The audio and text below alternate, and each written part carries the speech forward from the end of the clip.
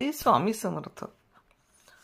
भक्त हो, हा महालक्ष्मी मंत्र आहे. साधना करायची आहे याची, खास दुकानदारांसाठी किंवा जे बिझनेस मन आहेत त्यांच्यासाठी.